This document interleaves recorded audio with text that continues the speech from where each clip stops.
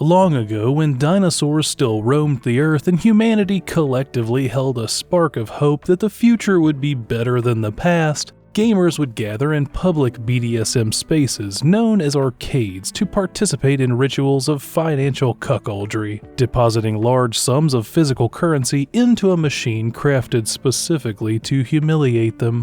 One such machine was the 1985 Capcom classic Ghosts and Goblins, a game in which, for the modern equivalent of 77 cents per play, you could watch as the big red Chad from the Looney Tunes took your girlfriend. You would then spend the rest of the game being stripped of your clothing and molested by hordes of monsters.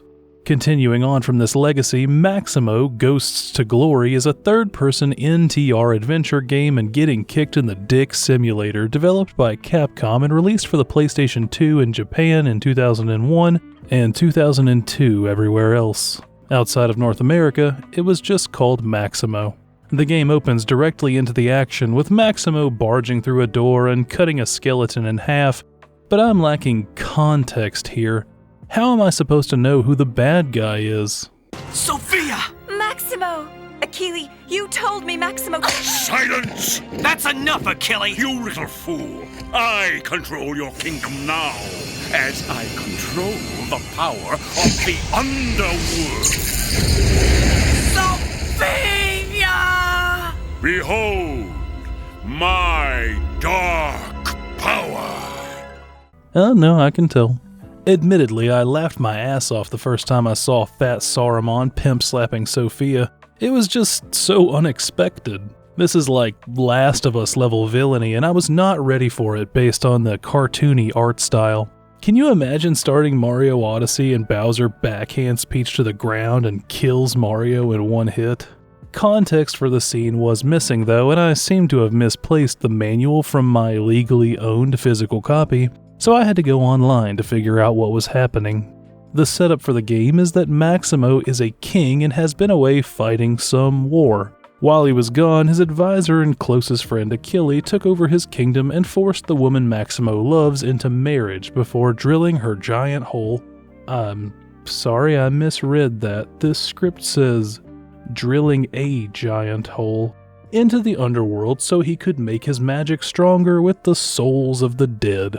Maximo returned home and confronted Achille, but as we saw, he was immediately killed. Floating in limbo, he gets a second chance from death himself to go back to the world of the living, defeat the betrayer, save Sophia, and destroy the army of undead roaming his kingdom. It's a decent setup.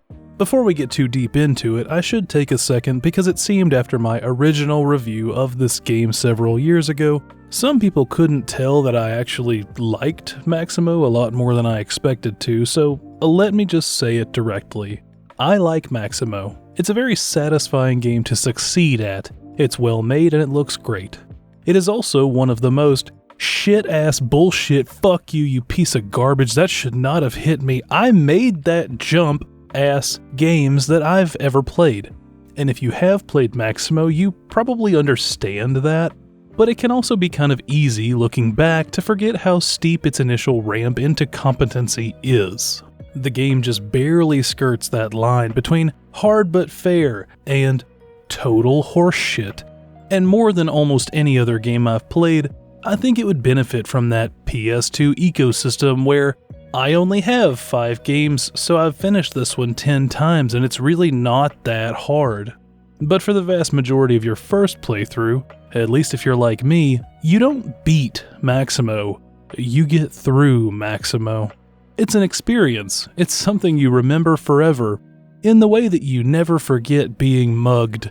But that doesn't mean that I think the game is bad. I signed up for the experience, and it does exactly what it wanted to do, so it's just unfortunate for me that what it wanted to do was cock and ball torture.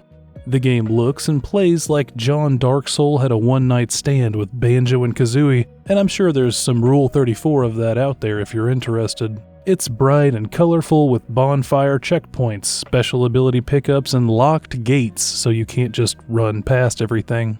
At first glance, you could have convinced me this was a game for kids, but the Snickers veins on the trees are your first indication that this game is ready and willing to play rough. Much like the man himself, the game Maximo doesn't even know how to spell the word subtle. Colors are bright and in your face. Lightning flashes across the screen, huge spiked pendulums and saw blades swing across your path, yetis and ghosts and demons charge at you from all sides, and despite all of that, you are meant to run forward. Maximo is a big ripped dude with long flowing hair like something out of an 80s metal album cover, and he's ready to punch God in the face if it means saving his girlfriend. Even on the main menu, where most games would just let you click a button, Maximo splits a tombstone in half with his sword just to take you to the options screen. This simplicity is carried through to the game's mechanics, but again, that's not an insult. Its difficulty is tuned so precariously that putting in a bunch of extra layers of complexity on top of it would cause the whole thing to crash down, so when you start out, things are as simple as they can be. That's nice because where other games might tutorialize and attempt to ease the player through a series of slowly increasing levels of challenge, Maximo guides you through its world with the callous disregard of a man who never really wanted kids and is noticing that his son bears a striking resemblance to the neighbor. There are no combos in Maximo. Square is a single horizontal slash, triangle is a slower vertical attack that does more damage, X is jump, and if you press triangle after a double jump, you can stab the ground for a small AoE that will push enemies just far enough away for them to hit you while you're stuck in recovery frames. You can crouch, and if you have a shield, you can block, and that's pretty much it. It keeps things straightforward while you're getting used to movement and the range of your sword and how health works, which is a little more complicated than it might first appear. Those green bars are your health, but the unique caveat of Maximo's gameplay is that if you take enough damage to empty a section, your armor breaks and you lose that bar until you find more. If and when you get down to 1 bar, you're fighting the forces of evil in your boxers, and even if you do find a healing potion, you can't go above whatever number of bars you currently have. It works like a checkpoint for your enemies, and it's even more punishing because there's no ability to carry consumables in the game. So if you do find that potion, it might be a better decision to just leave it behind in case you get hurt. You can find armor floating around, but it's most common in these metal chests, and they need red keys to open. And those keys are often tucked away behind enemies or small platforming sections. This ratchets up the tension and gives you the option to push forward and hope you can reach a checkpoint with whatever health you have, or risk it all on the gamble that going for the key doesn't cost you more than you get back from whatever it opens. And there's no guarantee those chests will give you armor, so sometimes you'll go through a tough section for a key just to wind up burning it for a few gold coins. It can feel like a brutal system, and the game is not shy about hurting you. Thankfully, losing your armor doesn't make you take any more damage, but appropriately it does make you feel naked, vulnerable in a way that having low health in other games never really does. The closest comparison I can think of is when Dark Souls makes you lose a chunk of your health when you go hollow, but the key difference there is that because you can carry consumables around with you, you get to choose when to boost yourself back up, so you can have a little extra gas to take on a boss or whatever, not to mention that you can just level up and get more health. But Maximo will never give you that choice. You can't carry an extra piece of armor with you or a backup shield to switch to whenever your good shield breaks. Oh yeah, did I not mention that yet? Below those health bars, these blue ticks are your shield. Not an energy shield, just the durability of your regular shield. And you lose a chunk of that whenever you block an attack, but also when you throw your shield and hit an enemy. And once it's broken, you not only lose the ability to block, but also your only ranged attack. Surrounded by the undead in your boxers without even a piece of wood to cry behind, it's easy to say that the game is almost survival horror in the way that it plays with resource scarcity and pushes you to actively seek out combat in order to regain your strength. It rewards mastery and punishes failure in ways that you may not notice on your first playthrough because you have no mastery. In my first review, I never mentioned that you could get a 4th health bar or the golden armor, and the reason for that is I never had full armor on my first playthrough. because I'm dog shit at video games and Maximo is hard. That golden armor gives you 30 seconds of complete invulnerability. If you combine it with a certain skill, it'll make enemies explode merely by touching you, and suddenly you feel like a god. Suck my ass, skeletons. I am unstoppable, at least until I fall off a cliff.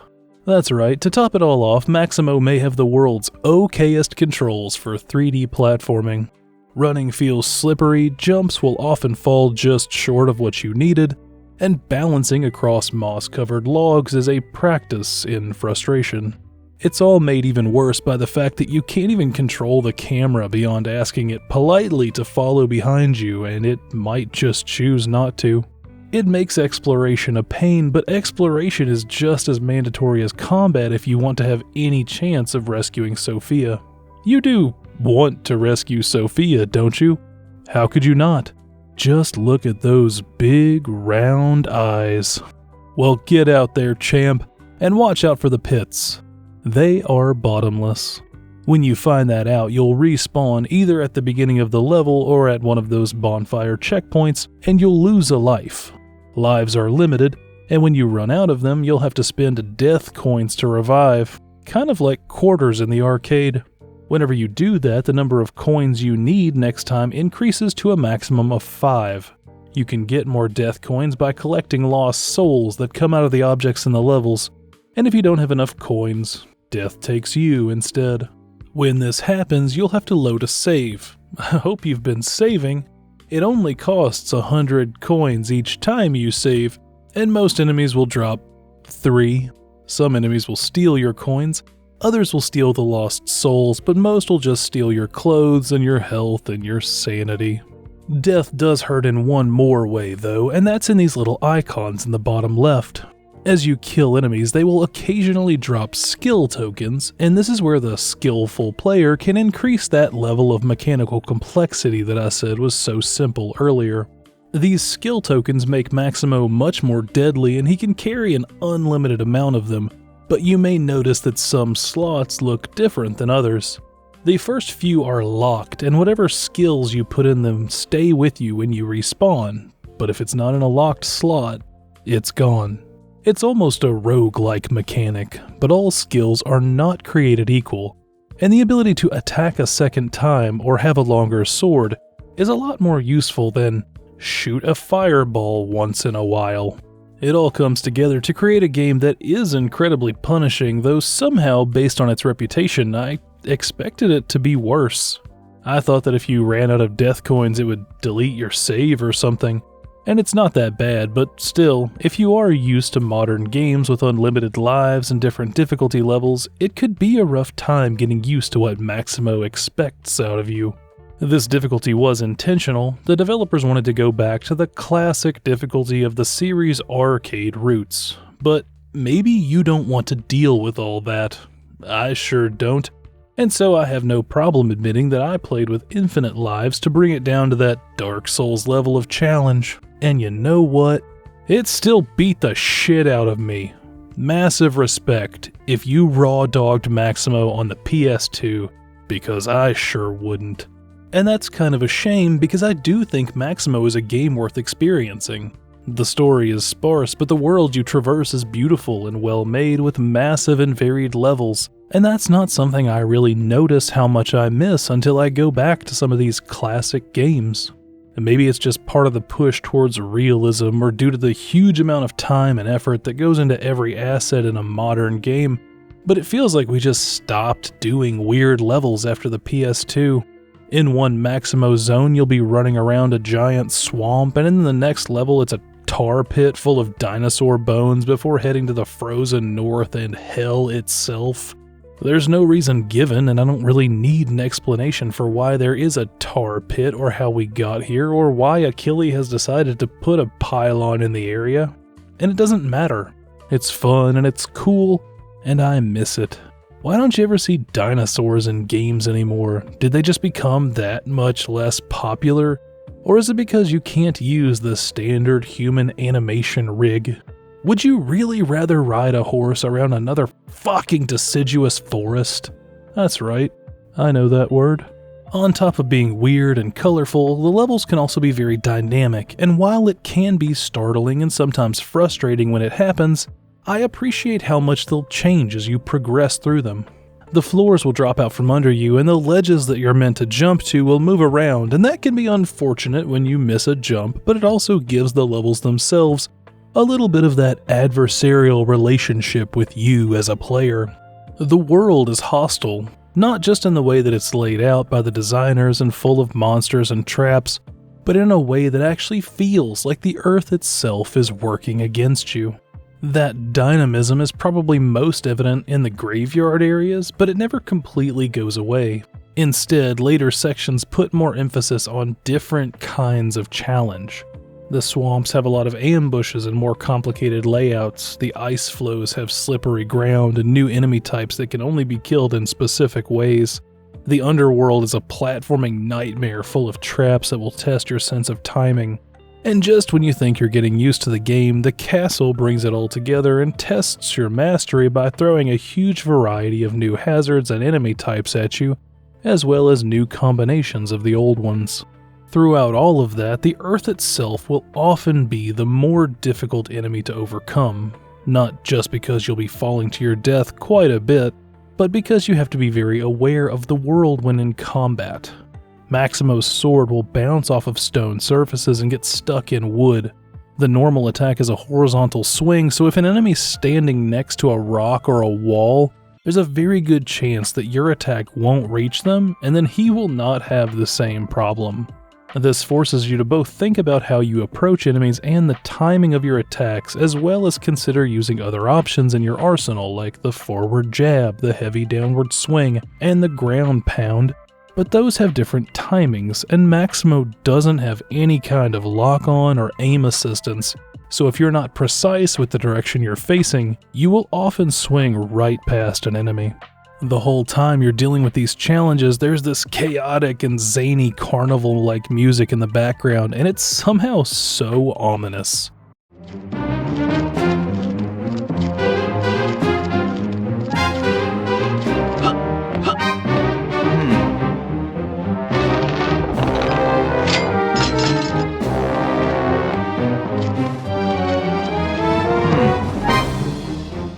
It's like the soundtrack itself is mocking you, because if you're a new player, you're going to be listening to this over and over as the game just beats the dog shit out of you. And then whenever you finally make it through the level and out into the hub world, there's no music at all.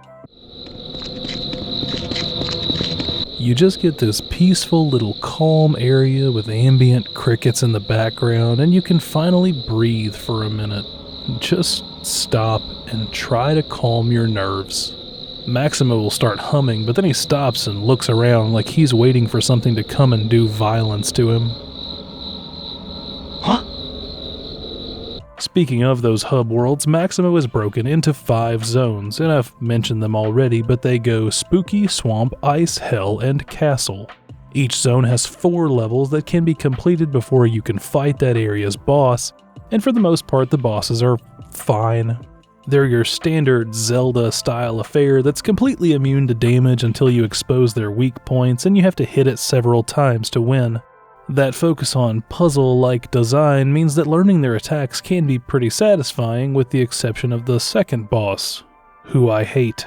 He shoots magic at you and makes exploding voodoo dolls and splits himself into clones that run around this massive arena much faster than you can move, so your only option is to throw your shield at him, which has limited durability, and if you don't catch all the clones fast enough, then he does an unblockable, undodgeable attack, and then he starts that phase over again, so you wind up chasing him in a fucking circle, and blocking his magic takes away your shield, and blocking his minions takes away your shield, and using your shield to kill him takes away your shield, and then you have no shield, and then you die, god damn. But the rest of the bosses are fine, I guess. With each boss you kill, you'll free one sorceress, and it's never really established in the game why you need to do this, but my headcanon is that we need the sorceresses to suppress Achilles' magic so Maximo won't get his shit kicked in immediately like the first time. Their designs are hilariously bad, but I've seen some plastic surgery pictures that tell me this is still a hot look, so hey, what do I know?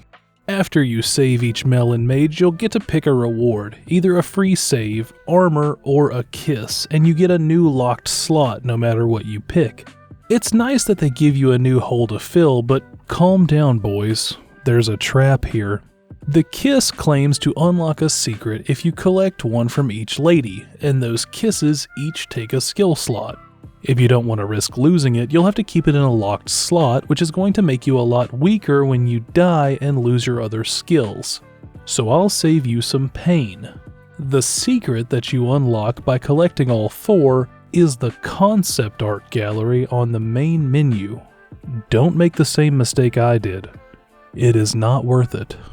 In terms of story, there's barely any of it, but if you want to avoid spoilers, there are chapters in the timeline in the description, yada yada. This isn't your first YouTube video. Also, I guess this is as good a time as any to tell you to subscribe, like, comment, whatever. You're an adult, you know how this works. Unless you're not an adult, in which case, get the fuck out of here. I'm not that kind of YouTuber. We save the sorceresses in the graveyard, the swamp, and the frozen north. It's going pretty well until Achilles shows up and sends the last sorceress to the underworld. I thought he just teleported her there, but the manual actually says that she was murdered. Hell sucks, believe it or not.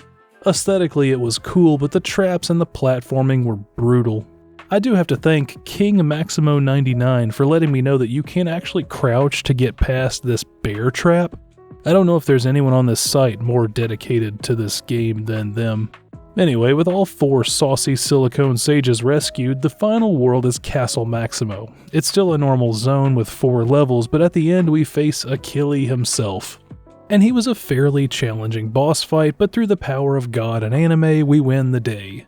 Achilles is defeated and Sophia is saved.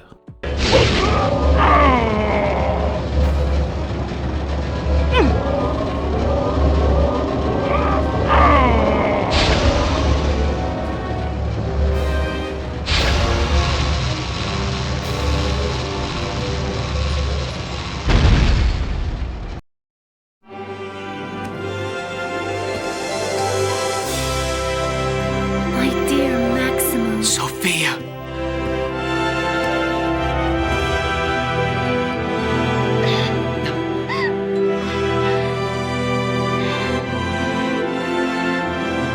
I feared you were dead. What happened to Achilles? Gone. Excellent.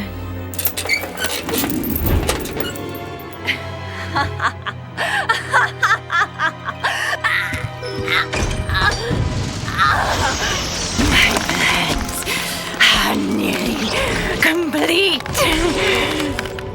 Finally, his power transfers to me. And now, the only thing left is to devour you.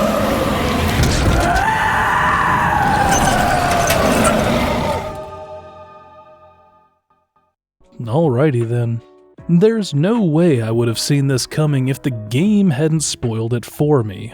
I mentioned the art gallery you get for collecting those kisses. Well, one of the pictures in there is of this monster. It's the picture right after Sophia, and it's got her crown jewel on its head, so thanks for that, I guess. Still, I thought Achilles must have transformed her somehow, so there was some surprise there, and I'm glad for that. According to the Ghosts and Goblins wiki, which I think is a fan resource and therefore of dubious reliability, it was actually this creature known as the Demon Queen that tricked Achilles and turned him against Maximo.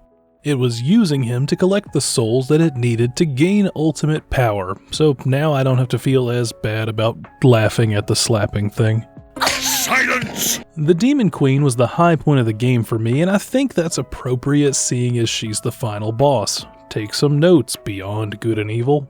Up until this point, the game's combat has always been the same. Even if the bosses had different strategies to defeat them, the tone and the way you approach them didn't really change. It goes back to that sense of power I mentioned earlier. The game is hard, but Maximo still feels powerful. You're a big dude with a big sword and glorious hair, but when this fight started and I was alone in the dark with only her glowing eyes to show how she was darting around, Suddenly, I didn't feel so powerful anymore. The first time she lunged around a column, I legitimately jumped, but she is still a puzzle fight despite the cool aesthetics, so when she comes into attack, jump over her claws and smack her in the face. Turns out the game was giving you a hint about her weakness earlier. Once she's dead, Maximo has his kingdom again, but even surrounded by 4 Botox beauties, he's still not happy. Death comes by to congratulate him and tells him that the body on the floor is not actually Sophia. She's not dead either, so she's gotta be out there somewhere. And so Maximo is off again to find the woman he loves in Maximo vs. Army of Zin. No, sorry, I said Zin with an N. Maximo vs. Army of Zin is a grammatically incorrect title, and they should have either used a semicolon or made it The Army of Zin. It was developed by Capcom and released for the PlayStation 2 in Japan in 2003 and 2004 everywhere else. Thankfully, having spent many hours with the first game, I'm well acquainted with this world and I don't have to start the second one starved for context. I can go into this opening cinematic confident that it's all going to make sense.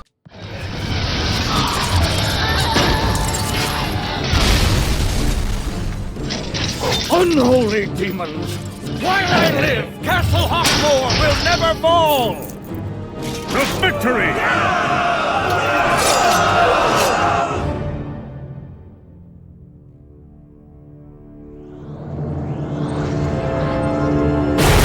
Quickly, men! Get the last of them into the vault before they rise again! Sire, we can't hold them off much longer!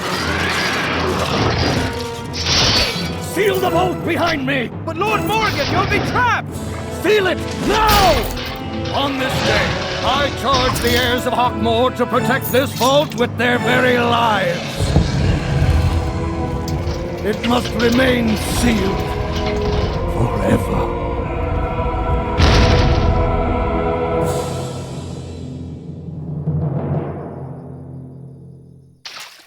Your money or your life! Why don't you say something? Yeah? Who do you think you are? My name is Maximo. Maximo? The man who walks with death. What's that? Help me! Monsters are attacking my village! Please help us! What the?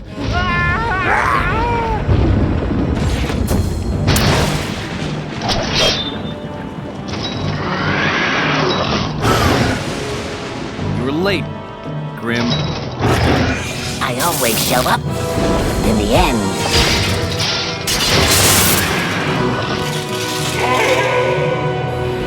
Hey, buddy, it's been a while. Good to see you too, Grim. I've scoured the underworld, but Sophia's soul isn't there.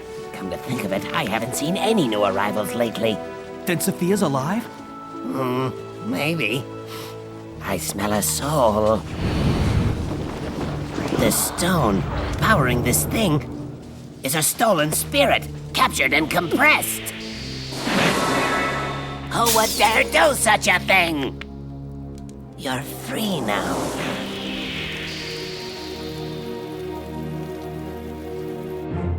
I have to go find who's doing this. Right, and I'll go track that girl back to her village. You must rescue those souls! I'm on it, Grim. Here! If you need me, just use the coin! Thanks. Are you sure I'll be needing this? Oh yeah, I guarantee you will. I have no clue who that was or what is happening. But if Ratchet and Clank have taught me anything, it's that I can always be safe in assuming that robots that are designed to look like skeletons are probably not the good guys. They really give us all a bad image. Roadside bandits are also not good guys, but I do have to point out that within the same console generation and in this same series, we've gone from models that look and animate like wooden dolls to the look and feel of a Jimmy Neutron episode, and I love it. The character design does leave everyone looking a little cross-eyed, but it's still a huge step up, and the massive variety and graphical proficiency is just one more reason that the early 2000s is still probably my favorite era of gaming. Stepping into the first level, it's easy to see that graphical polish goes beyond just the cutscenes. Maximo 2 is doing way more than the first in real time, and it's gorgeous. The weather effects are a real standout, and they're easy to compare because we're in a similar environment and color palette to the first levels of the original. Those colors are a bit more muted, but the rain is crisp and the lightning is sharp.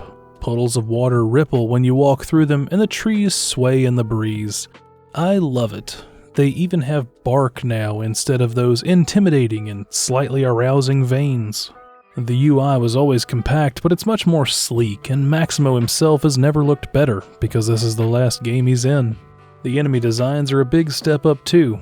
Far more appealing to me, though like I said, that could be because they remind me a lot of Ratchet and Clank. It still manages to maintain a similar artistic direction to the first, but it's a lot more refined, and you can tell that the team was flexing a greater knowledge of how to use the PS2 hardware. There aren't a ton of them, but the cutscenes are more thoughtful in the way that they're framed, and the animations carry more movement and personality. You can see it in the normal gameplay too. Enemies will wind up before they attack in consistent ways that communicates when you need to block or jump. And the way the models squash and stretch like the guns on this boss give things a playful energy that the first was sorely lacking. Speaking of the gameplay, you may have noticed some changes already in the video that's been playing in the background. Gone are the little blue ticks for shield durability. You see, Maximo learned in 2002 what Zelda still doesn't know in 2023, which is that durability systems fucking suck. You don't have to worry about your shield being destroyed anymore, which also means you won't lose the ability to block. That block is no longer directional either. Even if an attack does come from your back, you'll be safe, but you can't just turtle your way to victory. Some enemies have grabs or explosions to keep you on your toes. Also gone is the skill slot system that, while interesting, punished your deaths by making you even weaker on future forays. Instead, you have a super meter which drains when using your special abilities like the shield throw, and recharges by collecting power-ups when you kill enemies. There's also the Grim meter, which summons a 2-hour-long video game retrospective and turns you into the Reaper himself for a limited time. Like any limited ultimate move, I didn't wind up using this a lot because I always thought I'd save it for later, but like your mom, later never came. These changes may not seem that impactful, but they all work to smooth the roughest edges in the original's combat.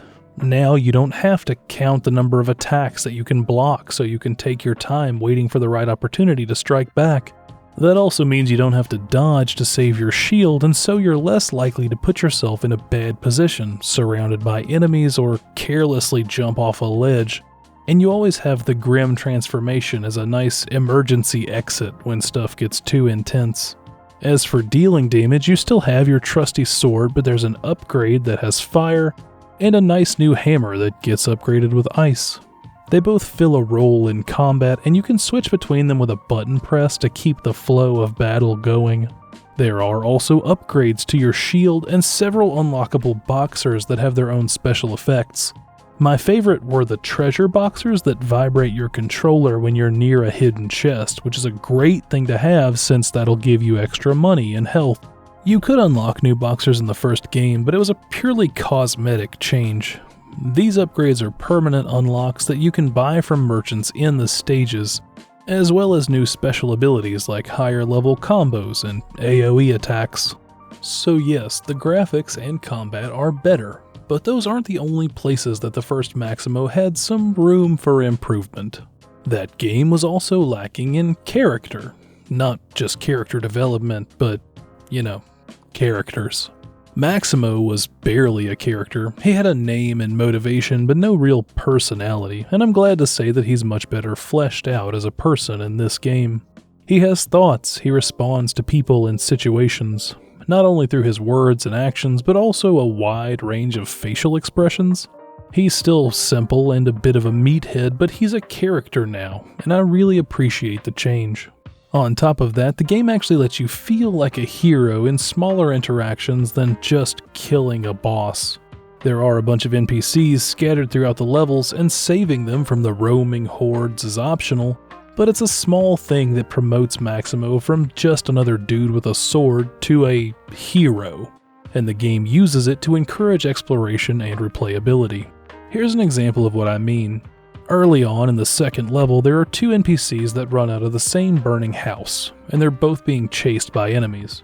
If you save the girl, then she'll tell you how to uncover buried treasure chests by jumping and where you can find one nearby. Oh, and just so you know, those buried chests can be mimics. Saving the man gives you a red key that you need to open that chest, so if you can manage to save both, then you get what's inside on the first try. But either way, if you have to restart, then you get the option to just save the one that you didn't the first time. Your relationship with the levels has changed too. They don't often carry the same kind of dynamism as much of the first game did, and that's a double-edged sword. On the one hand, you lose that sense that the Earth itself is against you. It is now a backdrop to the action rather than a direct participant in it, but it also removes a lot of the frustration that came from brutal combat and slippery platforming on moving ground. That platforming is also much improved. I feel like I'm controlling Maximo instead of hitting an air hockey puck vaguely in the direction of my goal. You can actually control the camera properly now, and Maximo can grab ledges when you wind up just shy on a jump. This has a massive effect on how difficult the game feels as a player. The first game was littered with more holes than my underwear, and it took nothing at all to get lost in one like a wayward nut. Now that doesn't have to be a death sentence. You can just pop right back up and keep playing. And as Frank West would say, it's fantastic. Which makes it kind of funny then that you won't need to spend nearly as long in each level, dying over and over to bottomless pits, because they're improved too. The levels, not the pits. They're more internally cohesive and their layouts are more complex.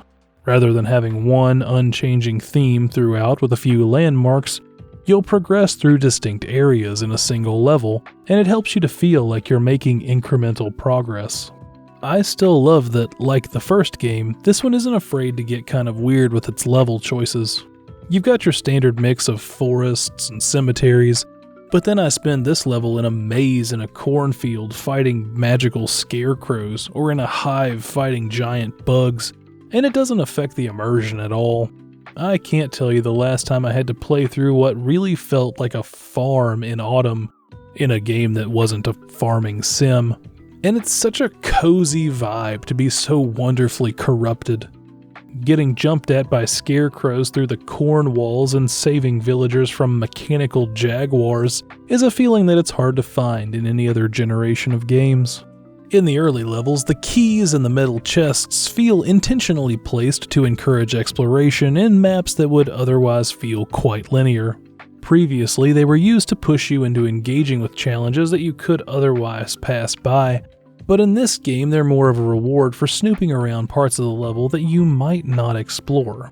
It's rare that going after a chest will feel like it tricked you into losing more than it gave you back. That's a subtle difference, but it helps the areas to feel much less linear, even if, like pretty much every game, they still are mostly just straight lines. I think that's the real test of good level design. Just because you're in a hallway, it doesn't have to feel like one if the facades are well painted and the potted plants are full of secrets. It's also very considerate that the checkpoints put out this distinct little sound bite. So when you're struggling to kill an enemy and you hear that beeping nearby, it ups the tension just a little bit more. One change that I was more mixed on though is the way that the levels connect to each other. The hub worlds of the first game are gone and replaced with an overworld map that functions as a level select screen where you can also save your game, for free this time. But it's also more than an aesthetic difference. I wish I knew where in development the decision to go that direction came up. Because here's the thing, in the early levels, Maximo 2 is much easier than the first game. Or maybe it's more accurate to say that the ramp of difficulty is a ramp now, and not a sheer cliff. I don't think that's a bad thing, but those hub worlds affect the way you as a player experience the first game. The small levels splitting off meant that they could have different kinds of challenge, and when you struggled with one area, you could leave and do a different one and then come back later. It's the Demon Souls model. You still needed to complete the levels, but you didn't have to stay in one spot, banging your head against the wall until you finish it. And when you make your levels come one after another like Maximo 2, the player doesn't have that ability to go solve a different problem anymore. They can't come back with more experience or resources and try again but better equipped. I think that forces a developer to have to smooth out the difficulty overall or risk losing a player entirely. And that smoother difficulty also means that as a player, I'm not as engaged with the levels themselves in the moment to moment, and they become a little bit less memorable. Again, I'm not saying the lack of a hub world is necessarily a bad thing, but I guess I just miss that little extra feeling of self-direction and player choice. On the bright side, what that overworld map brings is a greater sense of progression and a much more traditional form of story. As much as I appreciated some of the levels in the first game, they never felt like places you had any reason to be. And since you also didn't have any kind of destination to go to, they didn't really make sense as places you had to traverse through either. I can tell you now, after having played that game several times and spent many hours writing this and the earlier script, that I assumed that the point was to save the sorceresses from the boss, but you can only get to the bosses by destroying the pylon. But that's never said or told to you. That's my head canon. You go through the level and destroy the pylon because there's nothing else to do. Without the extra framing, it can feel kind of aimless, but the addition of these NPCs and the visual reference of the map gives the world we traverse in Maximo 2 some much-needed connective tissue. As Maximo carves through the connective tissue of hundreds of spooky robots, the townspeople point him towards the Gear Master, a reclusive hermit that they believe might be behind the death machines. As a brief aside, not to be outdone in terms of classiness by the first game, the unlockable art gallery from Maximo 2, as well as apparently the E3 2003 press kits that were given out for the game, contained this piece of concept art for the Gear Master that just... why? There are several other concepts of her that they could have used, but this is the only one they gave the magazines to put in their articles? Come on, man. She's never seen like this in the game, by the way. She only has one model. Anyway, after assaulting her butler, the Gear Master, who is named Tinker, tells Maximo that the enemies he's been fighting are part of the Army of Zin. The Zin were supposedly sealed in a vault by the Baron of Hawkmoor over 500 years ago. That's what we were shown at the beginning of the game, and Maximo claims to know the current Baron. Apparently, he's the one who gave our man his cool scar. I always wanted to have a cool facial scar, but you can't do it yourself. That's super lame. Before we can find out more, they're interrupted by Lord Bane himself, who claims to be controlling the Zin and sort of kidnaps Tinker, though she doesn't really seem that bothered by it. Maximo follows them and jumps on Bane's airship, where we overhear that the Gear Master was helping Bane to study Maximo, I'm assuming to try and make a robot capable of killing him. There was this line in her house. Well, Gear Master, I'm here to stop your, evil army. Say, don't I know you? That would have been really great foreshadowing for the big reveal at the end of the game of the fact that she was working for Bane when she ran into Maximo in the forest at his campfire and sent him to fight the army in the first place, but they just immediately play that card by having the leader of the army bust into the room and tell Maximo who he is and that she works with him, and then show this conversation 5 minutes later. Maximo tries to confront Bane again, but then he just turns on his jet boots and flies away. Why did he need an airship? We learn that jet fuel can't melt mountains, and that death coins are good for apparently any level of death. But Grimm drops this ominous line. Okay, but try not to die too many times. Even the strongest cloth wears out after a while. I bet that would have been really cool to explore in the sequel. Yeah. We head to Hawkmoor to convince the Baron to open the vault, and on the way we just happen to find his wife in a hive full of giant bugs. This is never explained, but Maximo does take the time to flirt with her. Aren't we supposed to be looking for someone? After convincing the Baron to open the vault, we fall into Lord Bane's cunning trap of having the place that's supposed to be full of evil death robots be full of evil death robots. This is a very annoying escort quest. No matter how skillful you are at killing the enemy and staying alive, the Baron also has to be kept alive, and he is substantially less skillful. And you have no way to stop him from charging headfirst at enemies and then just standing there while they beat him to death. I do appreciate the team not making it another woman smuggling cantaloupes for Maximo to save, but it still sucks. The rest of the game is fine to play, but it's not really interesting to talk about.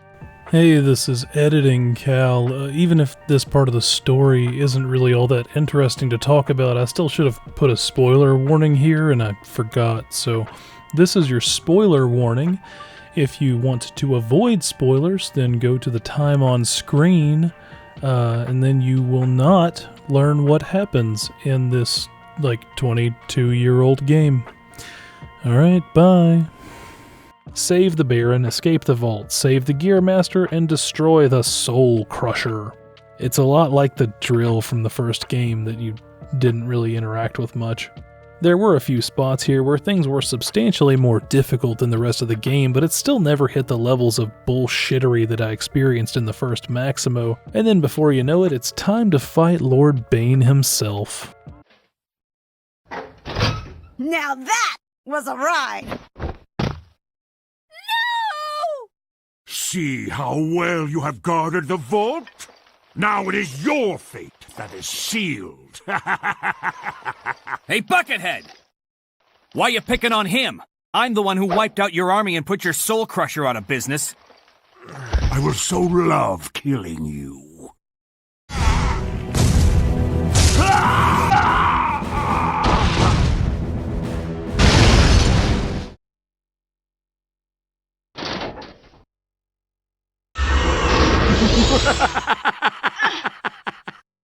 Achille? That's right, it's Achille. Again. I can't pretend to be as surprised by a second twist villain, but why didn't Grimm know that Achilles' soul wasn't in the underworld? We established that he was looking for Sophia's soul, so we know he can find individual people, and it is also literally his job.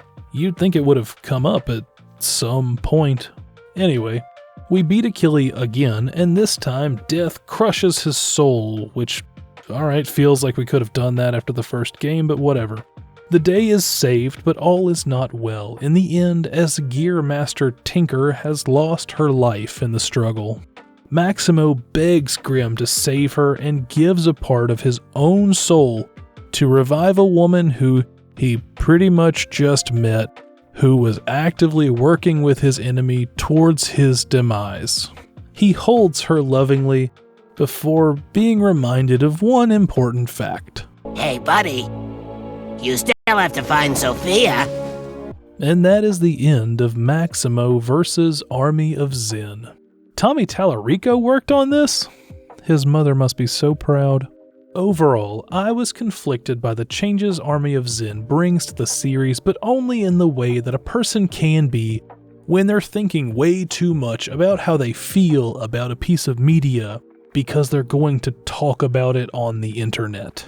If I were a kid playing the game for the first time rather than a guy in his mid-30s playing it while making a video for YouTube, there would be no question which is the superior game. So take it with a grain of salt that while the second is a lot smoother, looks better, and it's more fun, it also feels a lot more safe. There wasn't a boss fight in the game that took more than 2, maybe 3 tries, and several levels where I didn't die once. That's not necessarily a bad thing, but it's noticeable specifically because, if you were a fan of the first game, this could be seen as appealing to a more casual audience. If you've been a fan of Capcom for more than the last 10 years, you're probably already aware that the company has a tendency to smooth the edges of its series over time. I actually have a video essay about that concept with a focus on Monster Hunter Wilds if you're interested. I also talk about bread. Anyway, the game's design, in comparison to the first, is a perfect microcosm of that philosophy, for better and worse. Much like the original Ghosts and Goblins is different from the first Maximo, the first Maximo is different from the second Maximo. As the gameplay experience becomes more smooth, the mechanical texture also flattens out, and while I don't necessarily think this is a bad thing, depending on what you want out of your games, it can result in it feeling less satisfying to overcome and less memorable for that. But, as the difficulty goes down, that leaves a little bit of a stimulation gap that the narrative can come in and fill. That would bring it closer to the other 3D platformers like Jak or Ratchet. But while the characters are definitely improved from the first game, they still don't get as much of a chance to shine as they deserve. You'll generally go 3 levels between each story beat for a total of like 5 beats, which is more than the first game, which had like 3 beats. And 5 is more than 3, but it just can't compare to something like those other platformers where the characters are emoting and pushing the story forward constantly. If you wanted to play a Maximo that was like Jak and Daxter, this is the first step towards that, but it's not there yet. Still, I think Maximo 2 tells its story better than the first game, and the story overall is more interesting. But I wanted to help him find Sophia. That's the whole point of the series, and it's also the one thing that this game doesn't have any interest in doing. Going so far as to have Maximo make big, goofy, crossed eyes at 2 other inflatable sex dolls instead. It makes the whole game feel like a side quest. That's not a catastrophic failing. I like this world, I like its gameplay, and I like Maximo and Grimm, but that only works if we're able to continue making games. And, spoiler alert, we aren't. Right now, this is the last story in the Maximo universe. He never finds Sophia, and that kinda sucks. Reviews and sales for the first Maximo were strong, and the second game seems to have reviewed just as well or better, but for some reason it doesn't seem to have gotten anywhere near the same level of marketing, or maybe it just came out at a bad time and it sold poorly. There was a pitch for a third Maximo game and pre-production was started. Some of the design docs and concept art survived, as well as a recording of a prototype that shows Maximo wall running and jumping around a city in a way that looked very Prince of Persia. I thought it looked really cool, but Capcom Japan shut that down, and the Capcom America team that had made these games was told instead to focus on Final Fight Streetwise, a brawler so apparently terrible that Capcom dissolved the studio entirely, which sounds like Capcom's fault, but hey, what do I know?